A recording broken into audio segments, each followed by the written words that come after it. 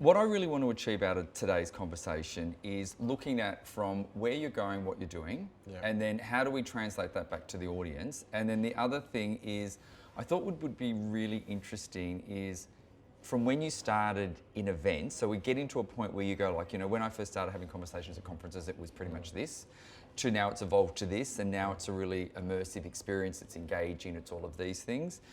And I want to draw upon your sort of traveling around the world. Yeah. So what is it that you've seen in other countries? Like you and I have had these conversations, but I think the interesting thing that I'm finding is that most people don't realise that we actually punch well above our weight when we deliver and organise events.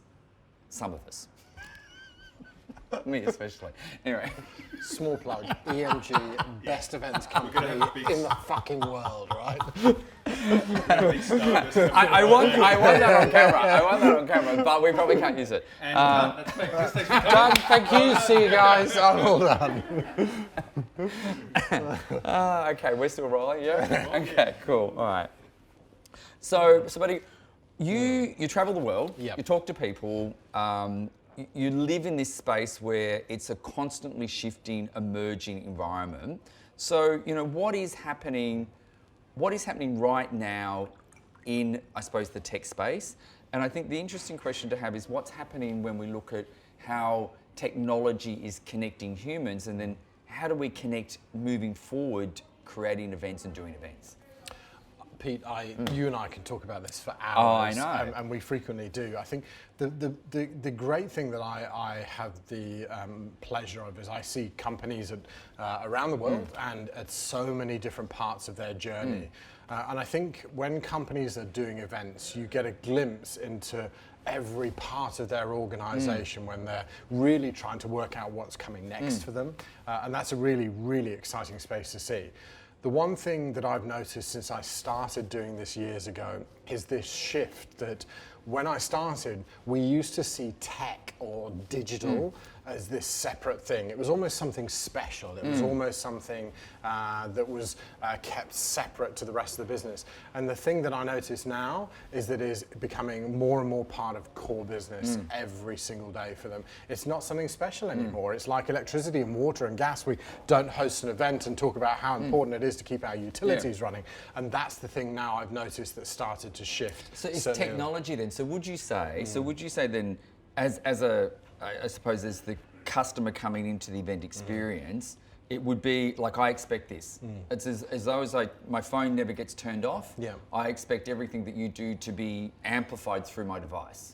Absolutely. I think one of the things, and I suppose I have to be a bit careful, I fly the flag so high for Australia, despite the fact we live now in California for part of the year and we live here for the rest of the year.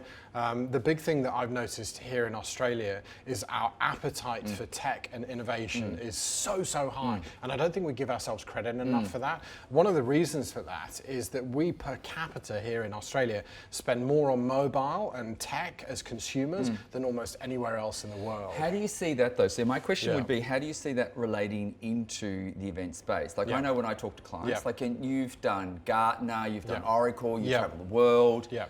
I find today that the technology conversation is strong, but there's not that sense of we're prepared to be brave enough to fully take the experience into the event and connect it to the audience. And I think we are missing a little bit of a trick there, but I think where our audience's expectations sit are around the mobile Apple-esque experiences that we're used to with everything when we're in retail banking. If we look at the experiences that we have on our devices out in the wild when it comes to banking, that we're leading the pack when it comes globally in some of that stuff. We're not always translating that when it comes to events here. And the sad thing is we have the infrastructure here to do it. People have got really new devices. We have 4G, ultra high speed mobile here in our major cities, which let's be honest, that's where we're doing the events most of the time. And we've got an opportunity. I just don't think we leverage that as much as we should or we can. And that's down to events companies.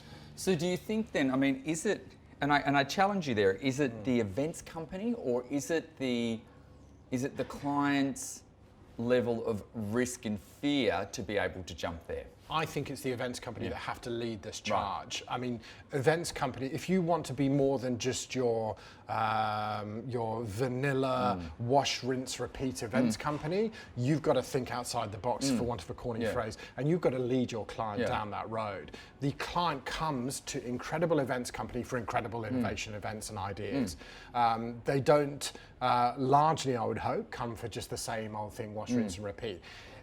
I've done events with you where you've pushed it outside of that traditional space. Sure, the client's nervous, but you're pushing them and showing them what the art of the possible is. And that, for me, is the difference between an events company of the future and one that's just sat doing the same thing day in, day out. Okay, so what are some of the trends that you're seeing? So if you're traveling between Europe, the US, Asia, what are some of the things that you're seeing in, I suppose, not only just in the event space, but in this, I think it's really, for me, the interesting thing is connecting technology in the event space, but also what our audience is seeing out of it. One of the things that I see is that you look at the Insta feeds and the social feeds of events. I mean, more and more today, it's about, if you create something that makes me look good, I'll share it.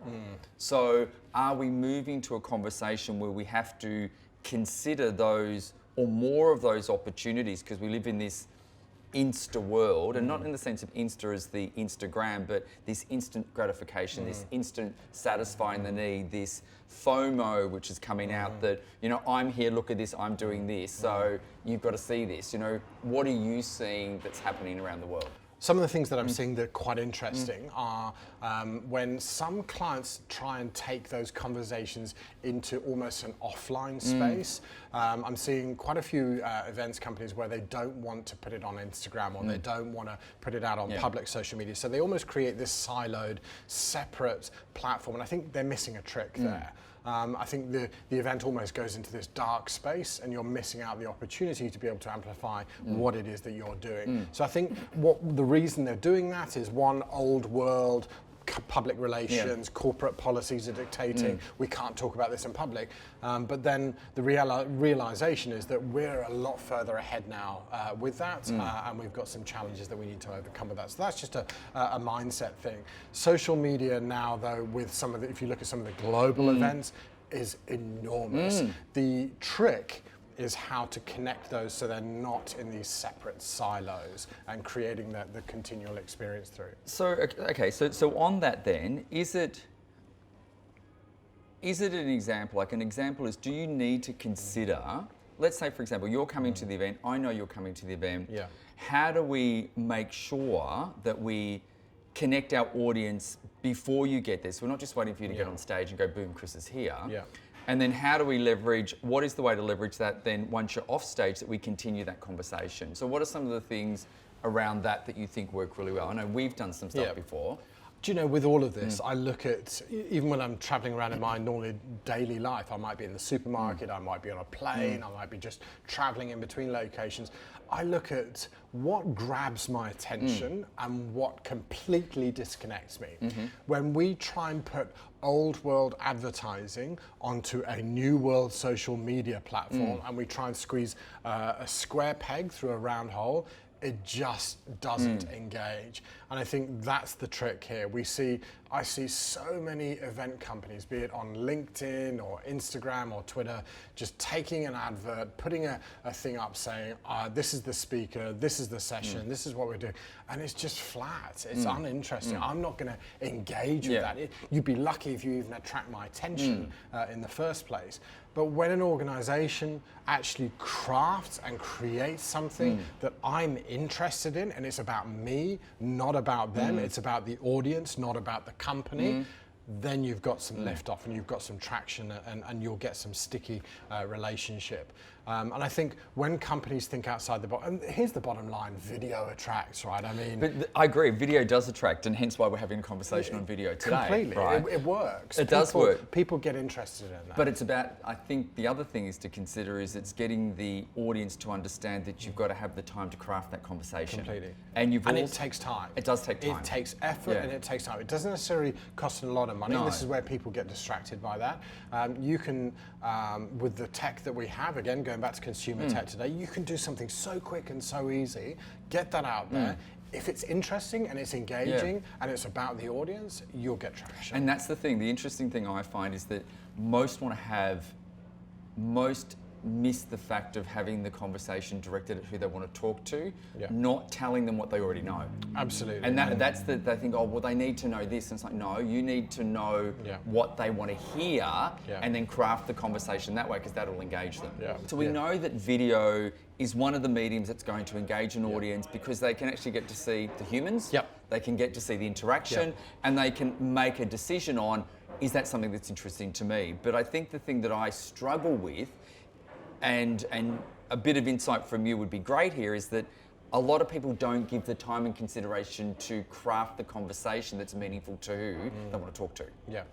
I think it's because this stuff here and what we're doing here, it's still quite new in that sense. I mean, really? I think it is. If you look at this type of what we're doing here in this very real, casual conversation, has typically been reserved for media. It's typically been reserved for a particular part of industry. And I think what we now expect are corporate executives to sit down and do this. And this is not easy. This is intimidating. You've got a whole team of people around here. The pressure is on. And for them to have to shift from the comfortable four walls of their organization to now doing this, and they know this is going to go out on social media and it's going to go, that's a big shift. And I reckon we're only in the middle of that. And this has only been going on for a relatively short period of time. And that's, I think, the challenge point here. You're asking people to be unscripted, vulnerable. You're asking them to share genuine internal thoughts around their business, their industry, and that's quite a big thing to get people to do when we've spent decades with corporate relations and public relations, crafting messages scripted that go out, they're written, they're published. This is a big shift. I think that's where we're in the middle of that transition. So then, I suppose, with the way that industry's changing, AI's, the big AI conversation around jobs are going to be lost, everything's going to move on, I feel that there's a renaissance coming in the event space, because it creates one of the biggest opportunities to gather. One of the biggest opportunities that you'll get your entire team in a forum that you could actually influence them or get them to influence change within a business. So looking at that sort of conversation, what are you seeing that probably is happening in other aspects of the world that's working really well? And in that, what are some of the lead things? I think the conversation we've just had about, CEOs being vulnerable and getting the message out there. I mean, I'm seeing that, people today want to grasp onto something that's bigger than themselves. I think the responsibility within the organisation is to find that. And then I also think the opportunity is that when you gather these people together, the collective sum of a team of 50 or a team of 5,000 can amplify change at a rate that you can't do singly. I mean, what do you think about that? Going back to events and what this shift that we've seen with AI and so on, there has never been a time, I don't think, that we are as frightened as what we are today, and it's this word AI. I remember before AI was coming out and before artificial intelligence was becoming a big thing, one of the things that people kept on saying to me was, hey, with video conferencing and cameras, why are people going to have speakers anymore? You remember this, right? I remember that. I so remember that, yes. You're going to be out of a job. And it's rubbish because people want this. They want human interaction. And this is the thing, challenge that not challenge that I face, but it's the conversation that I have constantly, is that we are wired to do this. We are. We love storytelling. We love human interaction. We love being able to see emotion. I love being able to see what's going on. But that's how we form and make our decisions. Well, absolutely. And that will never, ever, ever change. No. That will always be the same. What AI does is it allows us to be able to do something on top of that. It allows us to be able to create experiences in real time. And this isn't just in the event space. This is in retail or banking or insurance, whatever it is that we want, industry that we're in. The misinformation that's going out and the fear part of the moment is that if AI comes in, we're done as humans. We're out of a job. And that simply isn't the case. When I'm working with audiences, I talk about AI as this augmentation with humanity. It's not artificial, it's an augmentation. And when you start to see it like that, you can see where some really exciting opportunities lie. And like, as we said, we're after this. We will always want as humans to gather in groups, to hear someone telling us a story, to hear people showing us what's coming around the corner. Since we lived in caves, we've always wanted to be storytellers. When we grow up as babies, as children, we tell our kids stories. Yes. Why? Because we love that. We always will. Even as adults, we love exactly the same thing. And I think events companies, not even events companies, but events organizers, people that are working on these big events, when they tap into that, the very rawness of humanity, that's where the events literally blow the doors off. Look, and I totally agree with you. I remember working with a client, and it took us 4 years to get them comfortable to do this opening for a conference. Yeah. And it started off as, it was a risk. Yep. Then it was aversion. Yeah. And then it sort of started to turn around where they're like, oh, okay, this could work. Yeah. And then in the 4th year, we got there. And we opened this conference with a rock concert. We had it fully crafted with contextual messaging around where the world's going, what it's doing. We had Simon Hammond, who delivered it from BE Brands and everything like that. And the audience just loved it because they could see themselves in it. Yeah. They could see the world around them in it. Yeah. And they could see how that linked and aligned to what they were doing as a business, but from their perspective. Yeah. As opposed to, and I think that this is the interesting thing, I think with organisations, it's a human message is not about the brand. It's about the people behind the brand. 100%. Always has been. Yeah. Always has been. But I sit there and, and I did another example where I was sitting within an organisation and they were going, now we've got to do this and we've got to do this and we've got to do this. And I sort of paused them and said, okay, well, let's just have a look at this. You pay them, your brand's on that. They know they're coming here, that you're doing this. I think once they arrive and we walk in the room, I reckon they know that they're here for your brand. Yeah. What we've got to do is create the opportunities to why they're here. Yeah. Because they already know. And I'm certainly not going to mention the client, but there was one event that will forever stick out in my head. It was a very, very big multinational, we'll just leave it at that. And phenomenal amount of delegates at this event. It was overseas, and this big multinational company, of all of the ones I've ever been to, got it really badly wrong. And the reason they got it wrong was, I remember one of their global VPs walked on stage and was given an hour and a half to deliver their corporate message. And it was so scripted. And I had a few events I did with this company around the world, and it was exactly the same format. And I'll never forget, and I was given a 15-minute slot. Global VPs given an hour and a half. I was flown in, given a 15-minute slot. And this hour and a half VP slot that was given to kick the day off was exactly what you were talking about there. It was telling the people about the brand, telling them about what they do, their strategy, the wins they'd had over the year. And it was excruciating for the audience to sit there, thousands of people, for an hour and a half, and social media went bananas over it, going, why do we have to sit here and listen to an hour and a half of this company that we know who they are, we know what they're doing, that's why we're here. We want to hear something different. We want to hear what's next, what's coming around the corner in this. And I think when big companies like that get that so badly wrong, I take a look and go, why? How's that even happen? And that's when you get the mix of marketing and corporate messaging wrong, and it's just gone far too far, and you will lose audiences over that. And the thing with that, the interesting thing when I'm having conversations with clients is I put my phone down on the table. And they've made it all about them. Yes. They've made it all about them. That's what they do. And I go, see this? And I type in their web address and go, okay, I can find out everything. Exactly. I can read your report, I can find it all here. I then go to your media channel, I go here. So I said, I already have an informed decision around what's probably going to be said to me.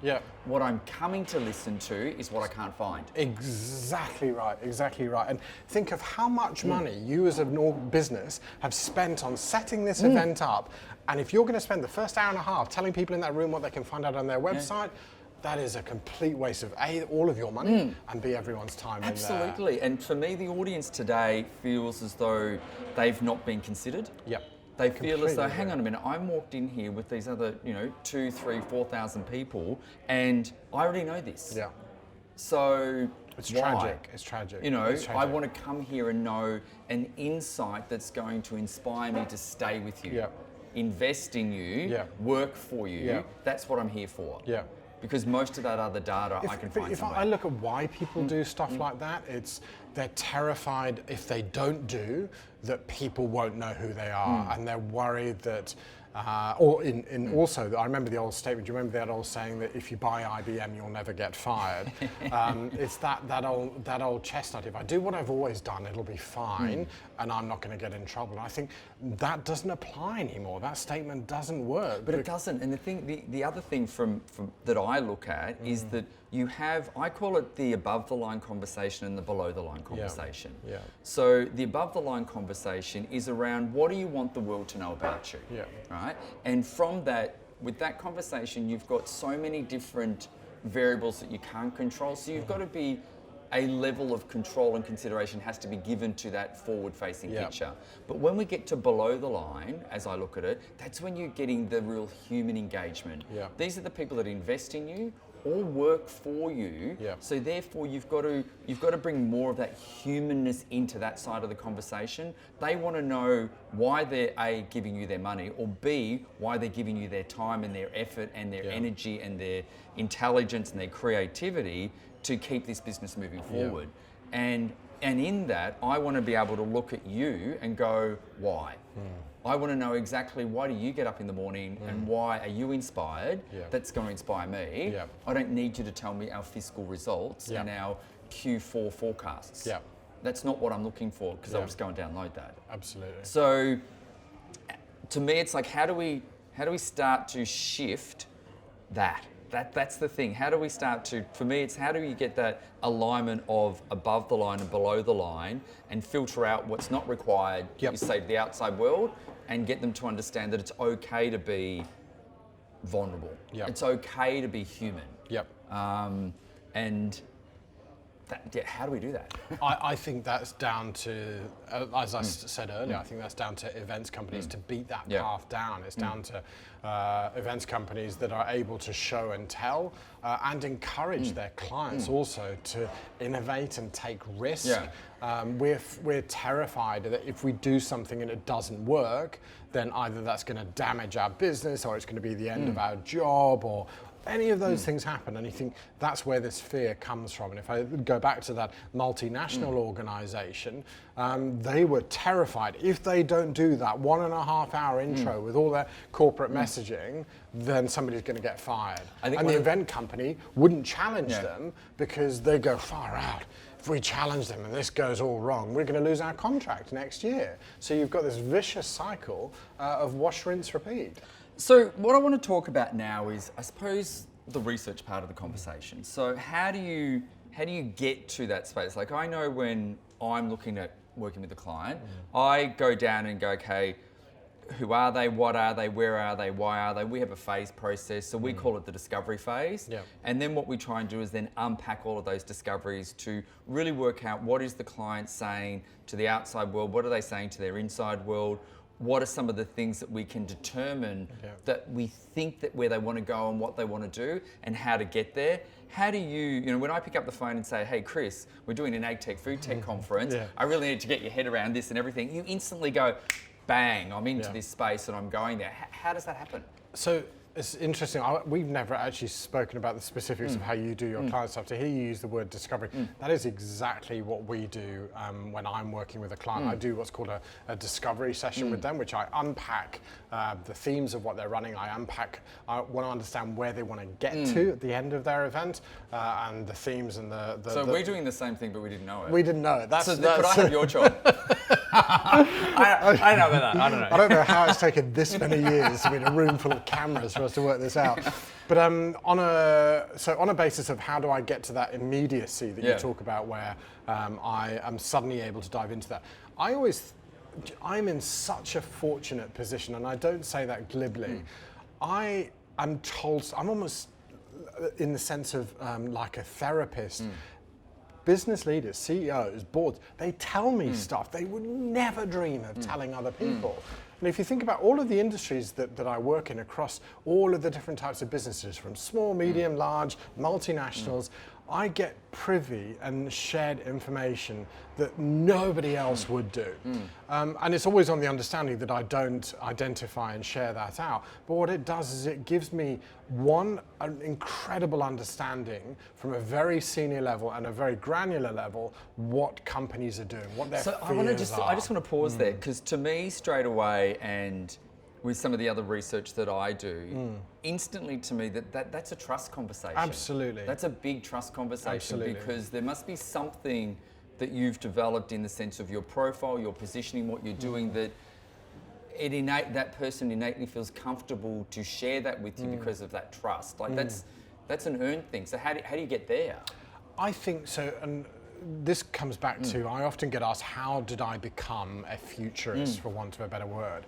I have always been if I remember the first ever job I did, a real job, after I worked at Burger King when I was a teenager. The first ever job that I did, I was always put into roles where people had no idea how to connect the business with this new tech stuff that they were doing. It was almost like an interconnect role. My job was to connect the two parts of the business to make it work somehow. So from day one, I always had a real passion around understanding something very quickly that made no sense to anybody else, and then translating that into something that was very easy to understand. And I've then taken that over the years and developed it, and I'm genuinely passionate about it. And when you start to have a conversation with somebody and can quickly understand and rationalize, you end up being able to have a very privileged conversation. And how do you build trust? Like any other business. I mean, there's ingredients there that any organization that's been around for a while fundamentally understands.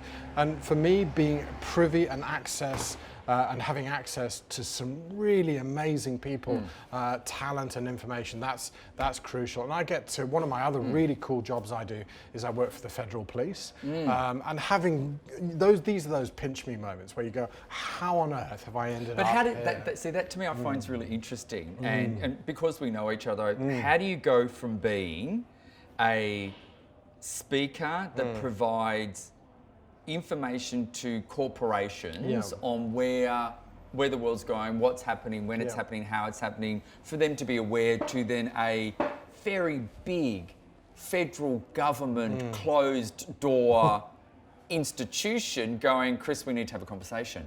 I honestly don't know But how the hell I've ended up Is that there. politics changing? Do you know what it fundamentally is when I sit and have, again, conversations within the AFP, and everyone has perceptions of who government are. We have perceptions about the incredible people that the AFP are. We all have these perceptions of what banks are, and you've got this same insight into organisations. But the truth is, we're all going through the same pain points. Whether you're the AFP, whether you are a global bank, whether you're an investment firm, whether you're a multinational tech company, the reality is they're all going through the same challenges. And what I do is bring the learnings from across industry and help tell them a story to show what's coming around the corner. We talked about this earlier, storytelling. It is the most powerful thing. Whether you're the Deputy Commissioner in the Federal Police sat chatting with Chris Riddell about what's coming around the corner in the next 3 years, or whether you're local government running an event for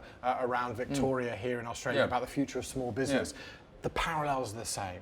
We're terrified about change. We're worried about how technology is going to change our business. And also we're trying to work out what the next thing is that we should do coming around the corner. Do you know what? You can go into any industry, any business, and those are exactly the same challenges. So Chris, traveling, going everywhere, seeing everything. What are the three, if I said to you, what are the three key trends that you're seeing globally that we should be aware of or thinking about here in Australia? I think if we see what's coming down through the pipe, ethics is going to be a massive topic, and that's kind of linked to what we've been talking about in the last couple of years in trust.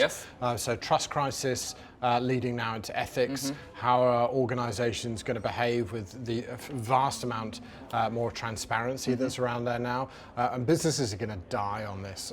Watch the headlines over the next couple of years, not even that long, the next 12 to 18 months, there's going to be some big headlines in the media, organisations that have really stuffed this up.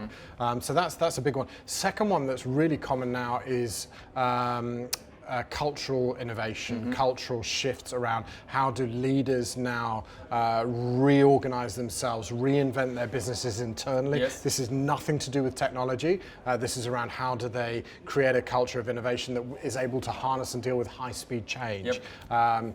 I mean, we are now in a world that's moving faster, we know that, but in order to be able to thrive and succeed in that, you've got to create a culture, and from a leadership perspective, that can actually operate in that. And that's a huge challenge for a lot of institutions. So on that one, just on that one there, like we were having a conversation with a client last year, and we wanted to put into the program around failure. Wow. Failure leads to success. And there was a lot of robust discussion around that. You know, innovation is you fail. You look at Edison, for example, over 1,000 times he failed before the light bulb moment, so to speak. So how does that link into that part of the conversation?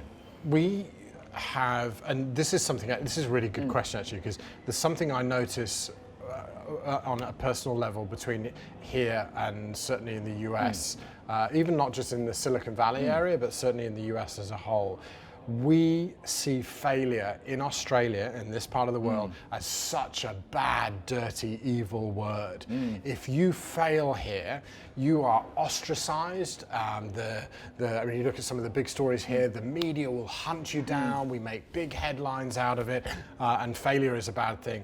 It's this tall poppy syndrome thing that we've got going here in Australia. We've always had that tall poppy conversation. We have, and you know, it's not going away at all. And the reason that I bring that up now is I see the big gap that creates between us here in Australia and certainly over in the US and I Europe. agree with you. You know? So what out of all of this is we're losing business and talent from this part of the world, some amazing innovation ideas. They're going over to the US. There is an incredible culture over there that if you fail and stuff up, it's not a bad thing. In fact, you're almost given a medal for how many times you failed, and there is an enormous community out there that goes, hey, you failed 8 times, don't worry, the next time you'll make it. And that is such a different culture to what we have over here. Now, what I'm not saying is that we need to go and copy what the US are doing, because Australia is so unique and it's an amazing, incredible country.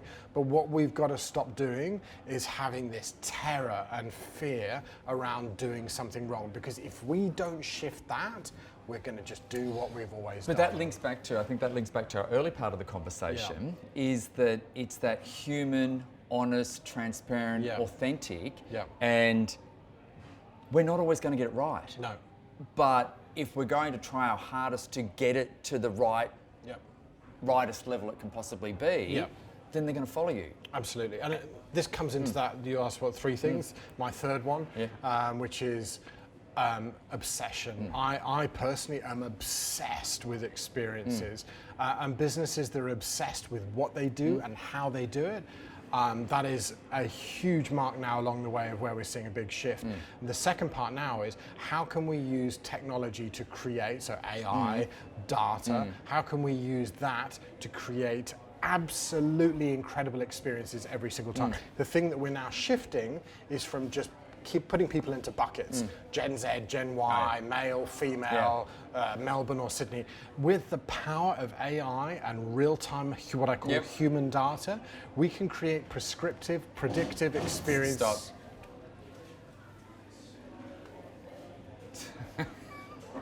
We'll take it from with the power. Yeah.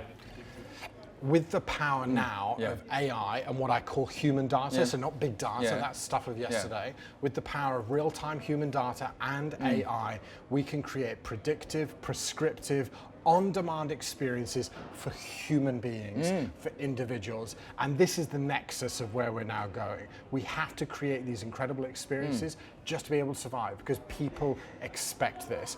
And tech will enable this by making us more human with each other. I agree with you. I mean, we did an experience where we took, and this came from collaborating with some guys out of the UK, and we took this augmented reality. So when you came into the event experience, instead of just looking at the static environment, you actually connected the phone to the experience, which then augmented the experience in front of you. Yeah. Like the impact that that had on the audience and what they walked away with just stuck with them. That'd be phenomenal. So I just think from that point of view, AI is going to amplify and enhance what we can bring into an event space that we could never have done before.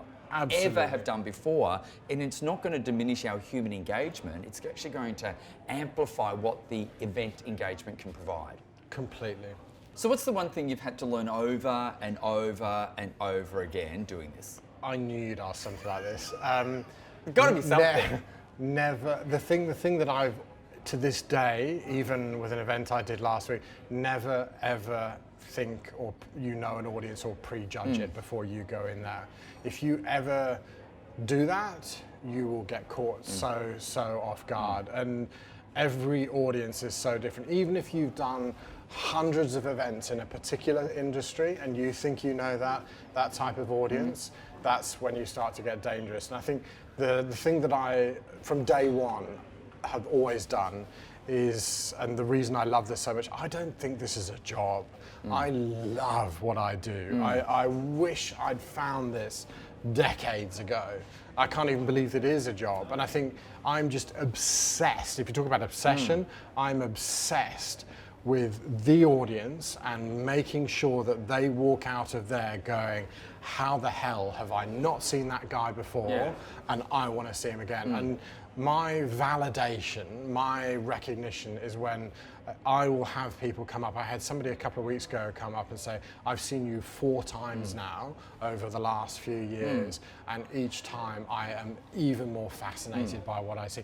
I have this fear that if you see me more than once, then how on earth would you want to see me again? Yeah. And when you have somebody come up to you and say, I've seen you 4 times, and go, I find you even more fascinating, that for me is a win. That for me is, I'm getting this and I'm doing it. And I'm just continuously obsessed with how do I make sure I reinvent and redo and make sure that I'm ahead of that curve. And the way that I do that is don't follow the beaten path. I remember when I started speaking, I met a couple of speakers who'd been in the industry for a while, and I'd met a whole bunch of people, and all of them were suggesting and giving me recommendations. I should do this, and this is what the speaking industry is. And do you know what?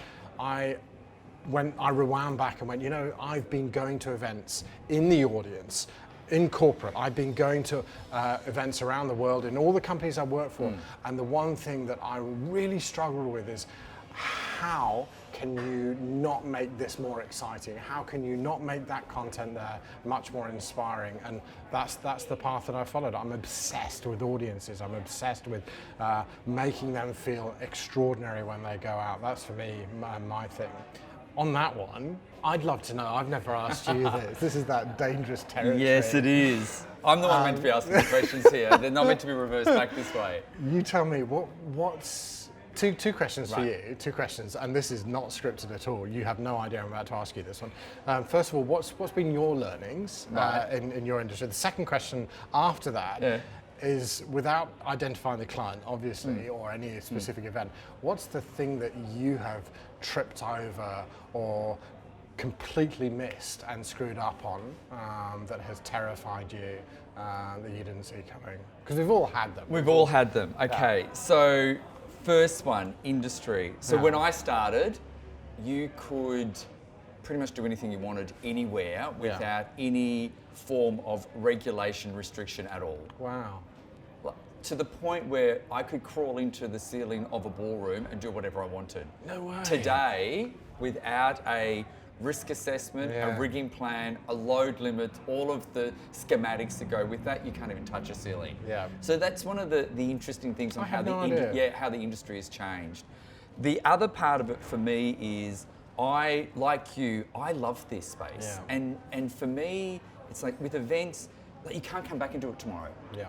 This cafe here, they'll open the door tomorrow and they'll serve coffee and they'll serve food, and I can come back and have a like experience. Yeah. In the event arena, you get one shot. So true. You just get one shot. So you've got to make sure that you've dotted the I's, crossed the T's, and you've connected all of the dots. And you've also got that right where you get the amplification and the engagement of the audience.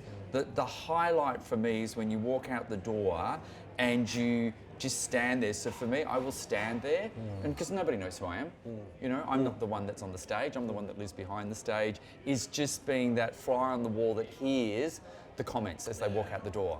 Yeah. Just those little pearls where I will stand there and go, that worked. Yeah. That worked. Yeah. They're talking, they're engaged, they're sharing experiences, all of those things. Yeah. That's my highlight. Now, whether that's at 5 o'clock in the afternoon or 1 o'clock in the morning, depending on where the event goes, that for me goes, we've nailed it. Nailed it. Yeah. And that's the thing for me. And that's why we do it. Yeah, it is. Those such small moments. Because you get to affect humans. Yeah.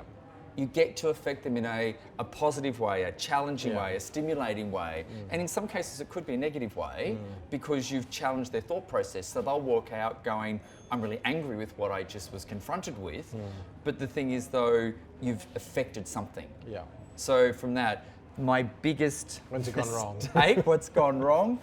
Oh, I can tell you what went wrong. This is years and years ago. Like when I said you could do anything, you can't even do this. This was for an organisation. So if I jump back into the 90s, and it was this movie which was out of Africa. Yeah. And we took over the escarpment at the Werribee Zoo. Set up this beautiful scene from the movie for this executive dinner. Everything like that. We negotiated with the zoo to delay the feeding of the animals, so they would all be out and everything. Like you could do that back then. You can't do it now, right? You know. And then a rhino that should have been asleep decided that he would walk up the escarpment. Wow. A big male rhino. Wow. Right. The only thing that separated us was a wire.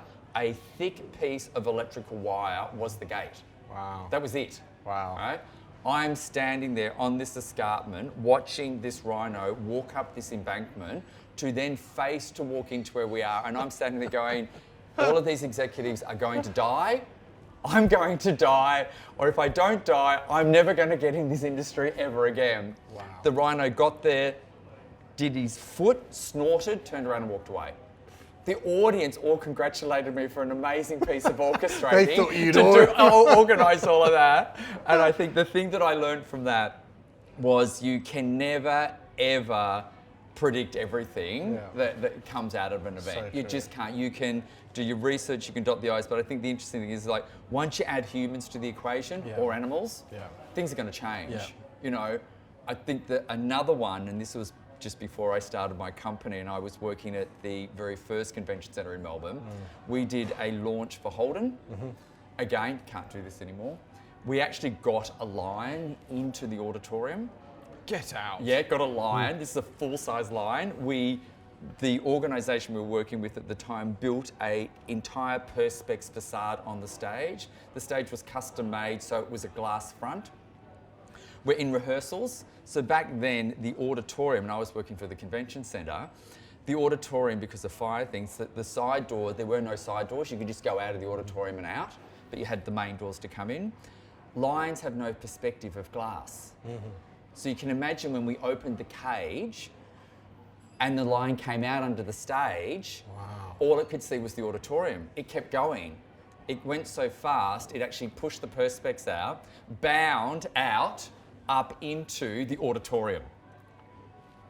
You know when you watch those cartoons where they all run away because the lions...